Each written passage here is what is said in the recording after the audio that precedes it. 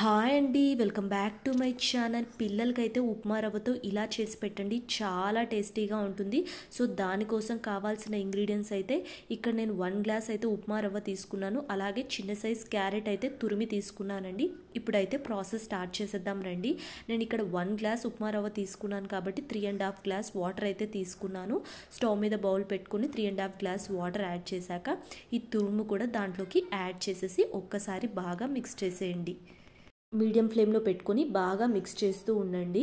So చూడండి, carrot స్వీట్గా ఉంటుంది కాబట్టి పిల్లలు కూడా చాలా ఇష్టంగా తింటారు. సో మిక్స్ చేసుకున్నాక లిడ్ పెట్టేసి ఒక 15 సెకండ్స్ అయితే వదిలేసేయండి.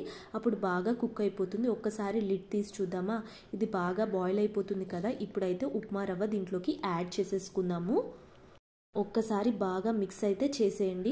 సో మిక్స్ చేసుకున్నాక లిడ్ పెట్టేసి ఒక 10 సెకండ్స్ అయితే వదిలేసేయండి. మీడియం ఫ్లేమ్లో పెట్టుకొని అయితే కుక్ చేసుకోండి. సో లిడ్ పెట్టేసాను కదండి, చూడండి ఒక 10 సెకండ్స్ తర్వాత బాగా కుక్ అయిపోయింది కదా. ఇప్పుడైతే స్టవ్ ఆఫ్ చేయండి. ఈ కన్సిస్టెన్సీలో ఉన్నప్పుడు మనం స్టవ్ అయితే ఆఫ్ చేసేసుకోవడమే. సో స్వీట్గా ఉంటుంది కాబట్టి పిల్లలు కూడా చాలా ఇష్టంగా తింటారు. ఇది గోరువెచ్చగా ఉన్నప్పుడు పిల్లలకైతే గీ వేసి పెట్టండి, చాలా టేస్టీగా ఉంటుంది. డెఫినెట్గా ఈ రెసిపీ అయితే ట్రై చేయండి.